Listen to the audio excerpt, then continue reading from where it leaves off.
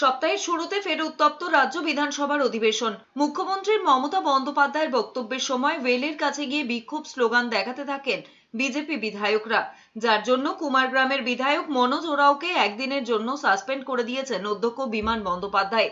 এরই প্রতিবাদে ওয়াকআউট করে বিধানসভার বাইরে বেরিয়ে বিক্ষোভ দেখাতে থাকেন বিজেপির বিধায়করা।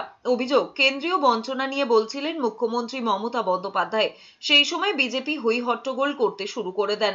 এরপর মনোজ ওরাওকে একদিনের জন্য সাসপেন্ড করা হয়। মার্শাল দিয়ে তাকে হাউস থেকে বের করে দেওয়া হয়েছে। প্রতিবাদে বিধানসভা ওয়াকআউট করে বিজেপি। বিধানসভার সিঁড়িতে বসে বিক্ষোভ দেখান সামনে রাখা তুলসী গাছ। বিজেপি বিধায়কদের দাবি, ন্যায্য বিষয়ে কথা বলতে যখন চান তখনই তাদের সাসপেন্ড করে মুখ বন্ধ করে দেওয়ার চেষ্টা করা হয়। বিজেপির শিক্ষক সেলের বিধায়করা মুলতবি প্রস্তাব জমা দেন। এছাড়া সুপ্রিম কোর্টের রায় প্রায় 26,000 চাকরিহারাদের ভবিষ্যৎ কি তা নিয়েও বিধানসভায় আলোচনা চান বিজেপি বিধায়করা।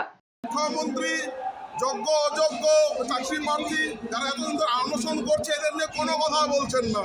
তারা অযোগ্যতা আড়াল করার চেষ্টা করছেন, যোগ্য অযোগ্য কোনো লিস্ট দিচ্ছেন না। আমরা এর বিরুদ্ধে সরব হয়েছিলাম, তারা আমাকে মার্শাল দিয়ে বের করে দিয়েছে। সে অসুবিধা নেই, সে মার্শাল দিয়ে বের করুক, যাকে দিয়ে বের করুক।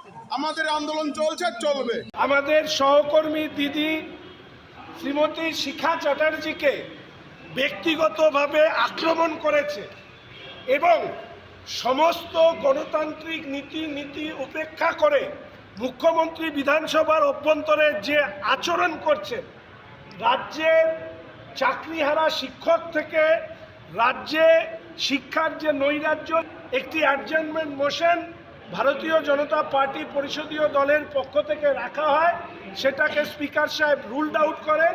তাই নিয়ে আমরা বিক্ষোভ দেখিয়ে ওয়াকআউট করেছি।